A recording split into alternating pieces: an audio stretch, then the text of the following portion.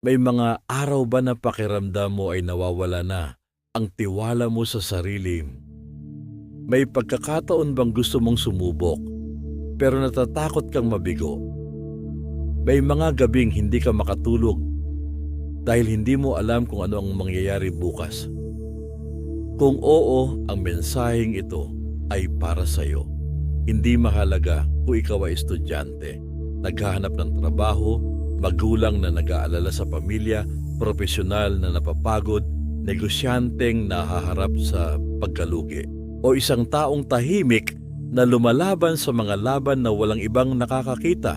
Huwag mong skip ang video na ito. Sa susunod na mga minuto, hahayaan nating palitan ng Diyos ang iyong takot ng pagtitiwala, ang iyong pag-aalala ng kapayapaan, at ang iyong panghihina ng banal na lakas. Hindi mo kailangang dalhin ang lahat ng bigat ng buhay ng mag-isa. Bakit maraming tao ang nawawalan ng lakas ng loob? Napakaraming dahilan kung bakit unti-unting nawawala ang kumpiyansa. Paulit-ulit na kabiguan, mga salitang nakakasugat, mga pangarap na tila hindi natutupad, mga problemang pinansyal, mga diagnosis na hindi inaasahan, mga relasyon na nasira, at ang hindi natin alam tungkol sa hinaharap. Sa panahon ng social media, madali ring ikumpara ang ating sarili sa iba.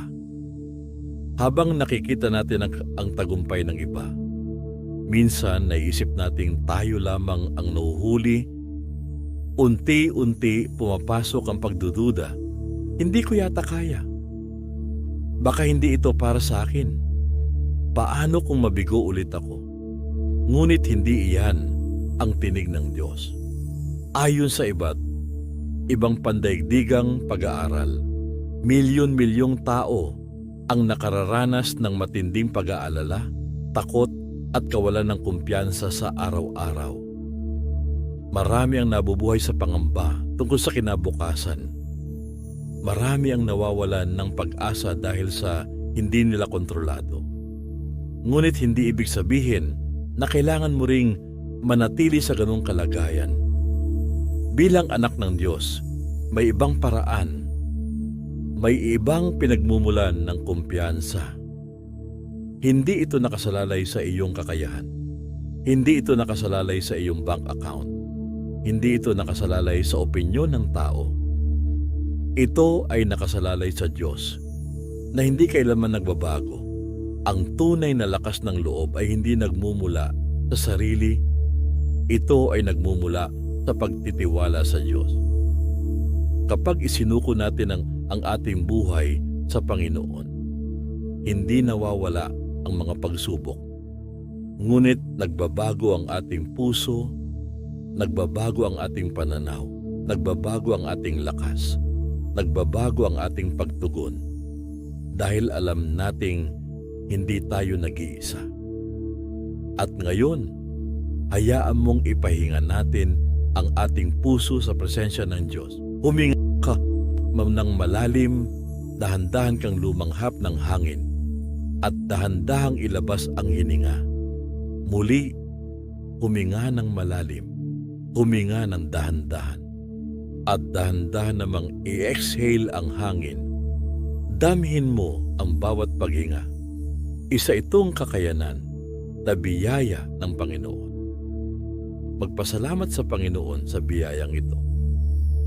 Muli, damhin mo ang bawat paghinga bilang biyaya ng isang napakabuting Ama sa langit. Palayain mo ang iyong isip mula sa lahat ng tensyon. Palayain mo ang iyong imahinasyon mula sa lahat ng bumabagabag dito. Palayain mo ang iyong diwa mula sa anumang pag-aalala. Magpasalamat sa Ama sa langit sa biyaya ng buhay na kanyang ibinigay sa iyo. Nakarating ka sa mga sandaling ito at sa pagkakataong ito ng iyong buhay, hindi dahil malakas ka. May mga taong ubod ng lakas na hindi mo na matatagpuan ngayon. Nakarating ka sa mga sandaling ito at sa pagkakataong ito ng iyong buhay, hindi dahil magaling ka, Maraming magaling na hindi mo na makikita ngayon. Nakarating ka sa mga sandaling ito at sa pagkakataong ito ng iyong buhay, hindi dahil sa iyong sariling kakayanan, ang iyong buhay, ang bawat paghinga, ang bawat pintig ng pulso, ang iyong lakas, ang iyong kamalayan, ang bawat pandama. Lahat ng mga ito ay biyaya ng Ama. Hindi mo kailangang lutasin ang lahat sa sandaling ito. Hindi mo kailangang malaman ang lahat ng mangyayari bukas. Narito ang pagkakataong makalapit sa Ama. Narito ang Panginoong Diyos. Kasama mo siya. Habang tahimik ang iyong isip, alalahanin mo kung sino ka sa Kanya.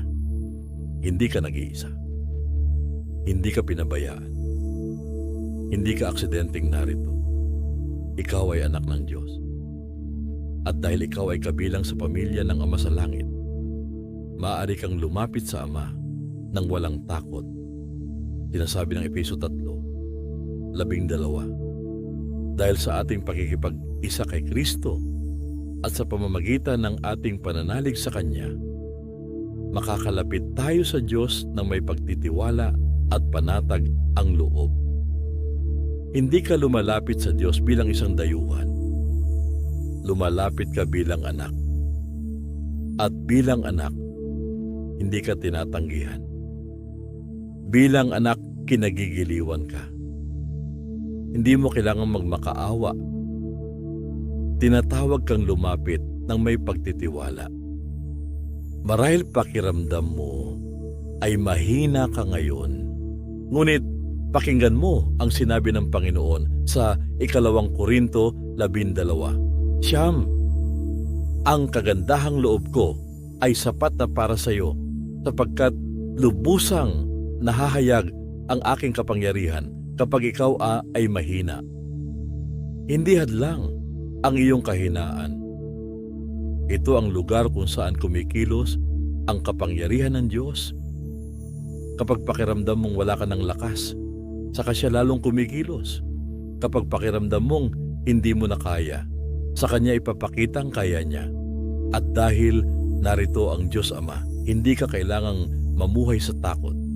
Sinasabi sa 2 Timoteo Kabanata 1:7, sapagkat ang Espiritong ibinigay sa atin ng Diyos ay hindi espiritu ng kahinaan ng loob, kundi espiritu ng kapangyarihan, pag-ibig at pagpipigil sa sarili. Hindi espiritu ng takot ang nasa iyo. Hindi espiritu ng pagkatalo. Hindi espiritu ng panghihina. Ang espiritu ng Diyos ang nasa iyo. At siya ang nagbibigay ng kapangyarihan. Kapag hindi mo alam ang susunod na hakbang, pakinggan mo ang bilin ng Diyos sa Josue 1:9. Tandaan mo ang bilin ko. Magpakatatag ka at lakasan mo ang iyong loob. Huwag kang matatakot o mawawalan ng pag-asa, sapagkat akong si Yahweh na iyong Diyos ay kasama mo saan ka man magpunta. Hindi sinabi ng Diyos na wala ng problema, ngunit ipinangako niyang sasamahan ka at sapat na ang presensya niya upang magkaroon ka ng lakas kapag tila napapalibutan ka ng napakaraming problema. Alalahanin ang mga awit 27:3. Kahit isang hukbo ang sa akin pumalibot, hindi pa rin ako sa kanila matatakot. Salakayin man ako ng mga kaaway, magtitiwala pa rin ako sa may kapal. Hindi dahil maliit ang problema, kundi dahil mas dakila ang Diyos. Kapag pinili mong magtiwala sa Kanya, sinasabi ng Jeremias 17:7, mapalad ang mga taong nagtitiwala kay Yahweh, pagpapalain ang umaasa sa Kanya. May pagpapala ang pagtitiwala. May kapayapaan ang pagsuko. May katiyakan ang pag-asa sa Diyos. At kung minsan naman na may bigla na lamang dumarating ang problema, pakinggan mo ang pangako sa mga Kawikaan 3. 25 hanggang 26. Kahit hampas nitong bagyo ay dumating ng biglaan. Hindi ka mababagabag tulad ng mga mangmang. Pagkat tiwala kang si Yahweh, ang kaagapay mo, at di niya hahayaang sa bitag ikay masilo. Maaaring hindi mo kontrolado ang bagyo, ngunit kasama mo ang Diyos sa gitna nito. At kung nagsimula siya ng mabuting gawain sa buhay mo, hindi niya ito iiwan sa kalagitnaan. Sinasabi ng Pilipos 1:6, natitiyak kong ang mabuting gawang pinasimulan sa inyo ng Diyos ay kanyang lulubusin hanggang sa araw ni Hesukristo. Hindi ka unfinished project. Patuloy kang hinuhubog ng Diyos. Hindi pa tapos ang kwento mo. At kapag natatakot ka sa opinyon ng tao, nasasaad sa mga Hebreo 13:6, kaya't malakas ang loob nating masasabi, ang Panginoon ang tumutulong sa akin, hindi ako matatakot. Ano ang magagawa sa akin ng tao? Kapag ang Diyos ang tumutulong sa iyo, hindi mo kailangang mabuhay sa takot. Sabayan mo akong sabihin ito ng buong puso. Amang Diyos, ako ay iyong anak. Kay Kristo, may malaya akong paglapit sa iyo. Hindi ako alipin ng takot. Ako ay pinupuspos ng iyong espiritu. Pinipili kong magtiwala sa iyo. Ang lakas ng loob ko ay ikaw, Amang Diyos. Sa iyo ang buo kong tiwala. Ang aking kinabukasan ay nasa iyong mga kamay. Hindi ako mag-iisa. Kasama kita saan man ako magpunta. Kapag ako ay mahina, ikaw ang aking lakas. Kapag ako ay nalilito, ikaw ang aking karunungan. Kapag ako ay nababalisa, ikaw ang aking kapayapaan. Kapag ako ay natatakot, ikaw ang aking kanlungan. Pinipili kong magtiwala kaysa mangamba. Pinipili kong tumunod kaysa umatras. Pinipili kong manampalataya kaysa magduda. Naniniwala akong tinatapos mo ang mabuting gawaing sinimulan mo sa aking buhay. Hindi ako matitinag. Hindi mo ako iiwan. Hindi ako pababayaan. Ang Diyos ang aking kakampi. At dahil dito, haharapin ko ang bawat araw ng may tapang pag-asa at pagtitiwala.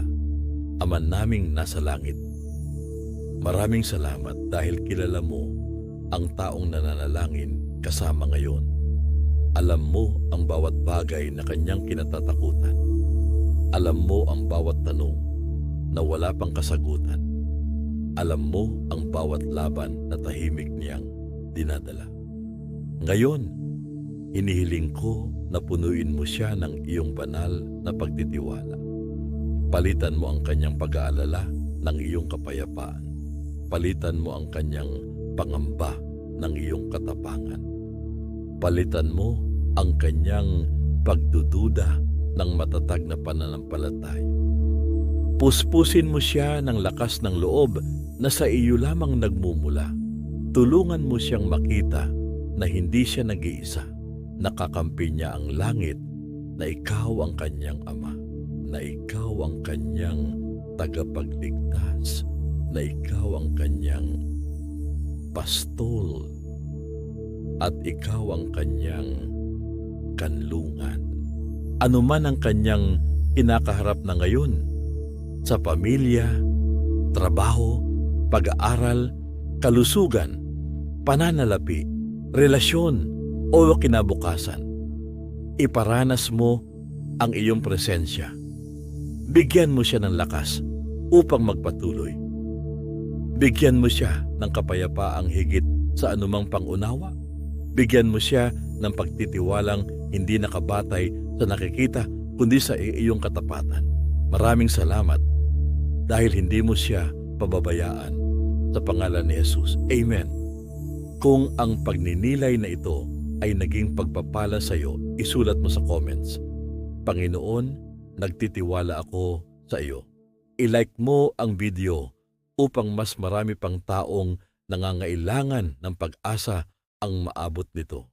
Ibahagi mo rin ito sa iyong pamilya at mga kaibigan.